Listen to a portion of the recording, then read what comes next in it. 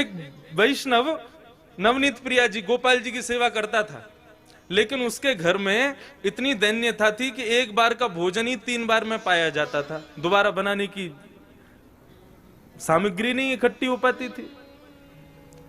अब उसका कोई एक मित्र आया, वो पैसे वाला, उसने आकर के उससे कहा और भाई सब ठीक? बोले हाँ सब ठीक। बोले तुम्हारा दिन सुधर गए कि नहीं? बोले अब वैसे ही है भैया, क्या करें, एक समय अब रोटी बनती है, उसी से शाम तक का गुजारा होता है। बोले अच्छा तुम पूजा वूजा करते हो क्या? बोले हाँ। बोले किसकी करते हो? बोले गोपाल जी, नवनीत प्रिया जी, लड्डू गोपाल, इनकी पूजा करता हूँ। हंसने लगा मित्र, इनकी सेवा करते हो? अरे ये भी बेचारे जब इनको पूतना मारने आई ना, स्तनों में विष लगा के, तो ये भी नेत्र बंद करके शंकर जी से मदद मांग रहे थे कि पूतना के स्तन के विष को तुम पी जाओ। अरे जो अपनी रक्षा स्वयं नहीं कर पाते, तुम्हारी रक्षा क्या करेंगे? इनसे बड़े शंकर जी हैं, शंकर जी को ले आओ, तुम उनकी सेवा शुरू कर दो।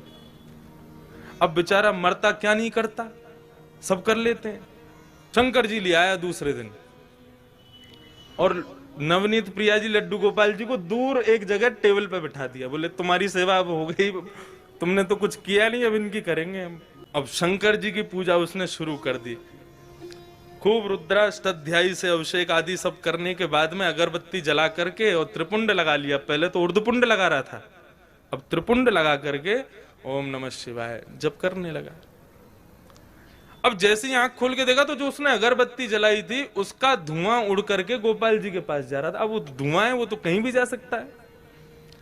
अब जैसे ही गोपाल जी के चारों तरफ उसने धुआं देखा तो ठाकुर जी के पास जाके क्या बोलता है, इतने वर्षों से सेवा कर रहा था, तब तो मेरी नहीं सुनी, आज दूसरे किसी को ले आया तो चिढ़ के मारे उसकी अगरबत्ती भी खुद ही सूंघ रहे हो। ठाकुर जी को बोला तुमको यहाँ बैठने ही नहीं दूंगा, अलमारी में बंद करूंगा। जैसे ही ठाकुर जी को इस भाव से उठाया, ठाकुर जी प्रकट हो गए वहां पर, चरणों में गिर पड़ा। बोले महाराज आपने आज तक मुझे दर्शन नहीं दिए, शंकर जी के आती दर्शन कैसे हो गए? बोले देख ये भेद बुद्धि मत रख, मुझ में शंकर जी में कोई भेद नहीं है, और शंकर जी आए इसलिए दर्शन दिए ऐसा भी नहीं है।